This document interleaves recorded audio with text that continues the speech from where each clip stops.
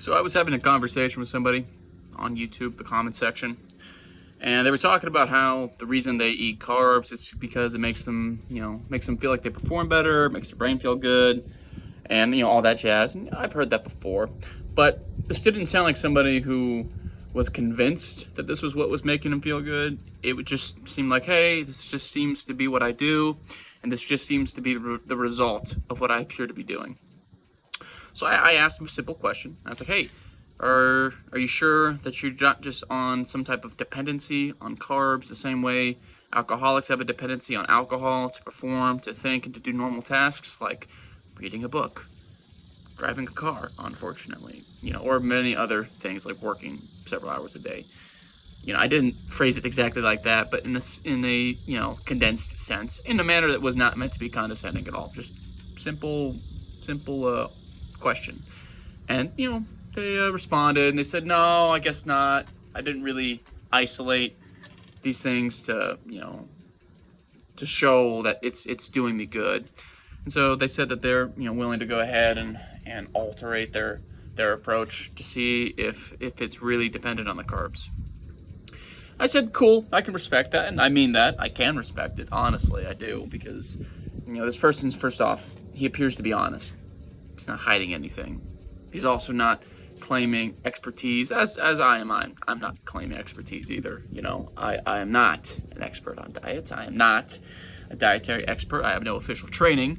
All I've done is read some books and watched some video essays and learned some history about the food industry and the pharmaceutical industry. Just some, not all of it, frankly. But he asked me a question. He said, hey, what do you normally eat? And I left a comment, and the comment hopefully is able to explain it. But I thought I'd just go ahead and tell you all what I eat, how I eat, and how eating's kind of been a problem for me. So I don't know why or when it started, but I think that I use food as a coping mechanism. All it has to do is taste good and be unsatiating and unfilling, so I can eat a lot of it and eat it often. And I'll eat it, when I'm stressed out. I'll eat it when I'm happy. I'll eat it when I'm bored. Textbook definition of, I think, an eating disorder, right? There were times where I'd go to an all-you-eat buffet, where they have pizza and they have sugary treats, and I would eat just ridiculous amounts of food. I would have 20 slices of pizza and 6 slices of some type of medium-sized sweet food item. And, I would eat myself to the point of absolute disgust, and I'd feel terrible, and I'd have to literally lie down for an hour in pain just because I ate so much food. And, I kind of explained that to the person in the comment, but, the fact is that's wrong. Humans should not be eating like that. No one should be eating like that. I should not be eating like that. And then I explain what I try to do to mitigate this eating compulsiveness that I seem to have, where I just eat, food that's high in protein, high in fat, satiates me, keeps me full, and most importantly, it keeps me from having the physical desire to consume more food. Because the fact is that when you eat a bunch of meat or a bunch of eggs or hell, a bunch of butter, you eventually get full. You eventually get to the point where this stops tasting good, and you're like, you know what? I kind of don't want to eat any more of this. And this is the layman's approach. This is the simple Joe Schmo philosophy. This is not some Harvard researcher or professor who's been doing it for 20, 30 years. This is just my personal antidote.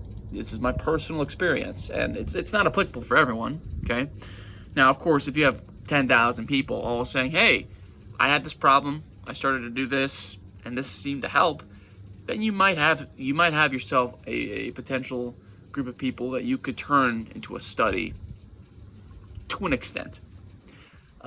Human studies are not very reliable, if at all, frankly, which is news to me. I learned about that not so long ago, not even a year ago. But my point is that when I eat, a good size of red meat, a good size of pork, a good size of eggs with some hard cheeses, particular hard cheeses in moderation, I feel fine.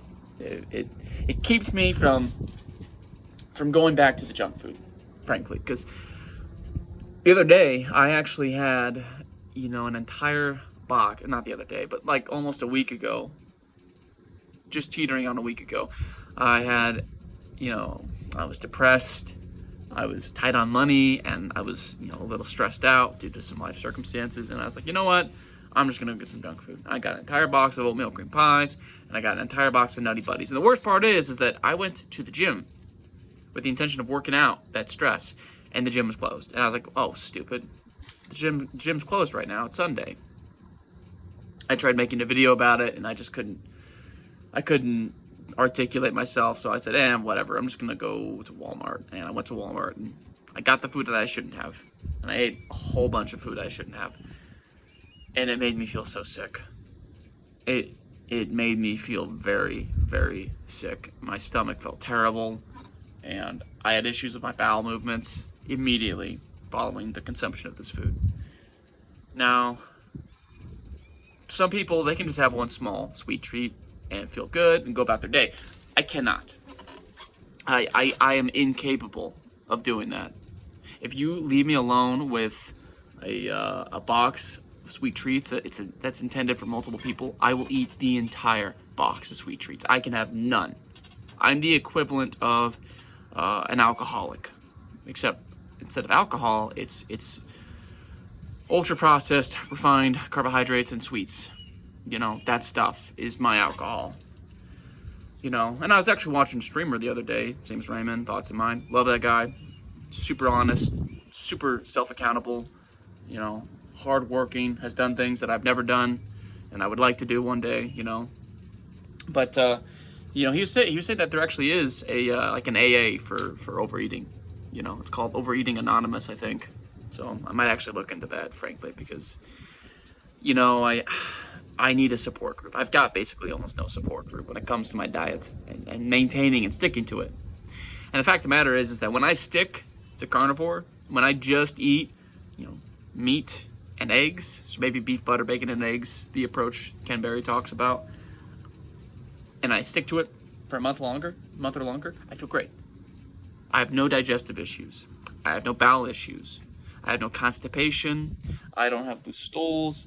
I feel good. Sorry, my dog's running off. I feel good when I actually stick to an animal-approached diet. But the problem is that those sweets, they're everywhere. And, sometimes I missed a meal. Sometimes, it's been a little bit too long, and I'm hungry, and I'm stressed, and I see the junk food. It's right there. It's marketing itself as cheap when it really isn't. And I cave. So I would not consider myself a prime example of a person who's eating a carnivore diet because I keep breaking it. I keep binging on the junk that's gonna lead to me having a premature life, frankly. It's still my goal to cut it out for good. Okay? People like to say things like, well, what about vegetables and fruits? Aren't those good for you? Aren't those healthy? I am convinced that they are not healthy, that they are not optimal for human consumption, that they were used as a tool for starvation on a larger, human populace, like larger groups. And that really, plant consumption was really an adaptation to starvation because we either killed off all of our prey or the elements killed off all of our prey animals, large megafauna, mammoths, other large ruminant animals that graze. That's what humans used to kill and eat in large amounts. And because they all went extinct, we had to change our approach, change our tactics for hunting animals. And this, of course, led to us eventually learning how to farm and, and how to, create edible-ish plants. The sad thing is that you can go ahead and tell somebody that, agriculture revolution started between 10 and 15,000 years ago, and many modern plants, vegetables, fruits, well, they did not exist, even within the last 200 years. They're the result of selective breeding and crossbreeding. But they'll still tell you that, no, you need fiber, No, you need carbs. Carbs are the preferred fuel source of the body. Like, no, they're not the preferred fuel source. According to whom? On the basis of what? How exactly are carbs preferred or preferential to the body? How do you know what's preferential to the body? Look, all you know is what you can observe and what you can eat, what you can intake. That's all you know. Okay. All right. Because with the line of reasoning people will go with in regards to consuming plants and sweets, sweet plants like peas, corn, or fruits. Their line of reasoning also would allow for the consumption of things like cocaine, which is from a plant. It's from a plant. Okay, it makes you feel good. The only difference is that it's acute.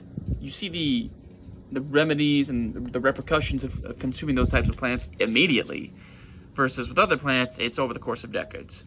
And we see that in things like diabetes, we see that in things like arthritis, we see that in things like Crohn's disease, we see that in things like, the thinning of your gut lining, or one of the worst things, in my opinion, is Alzheimer's, where you literally forget everyone about you in your life. You forget how to do very basic tasks like using the bathroom, or clothing yourself, or feeding yourself. It's terrifying, right? But these are just my thoughts. Take it with a grain of salt. I'm not a professional. I'm not an expert. I'm none of those things, and I never claimed to be those things. Okay? I'm coming to you in good faith, whomever watches this. So I just ask that you come to me in good faith. Cheers.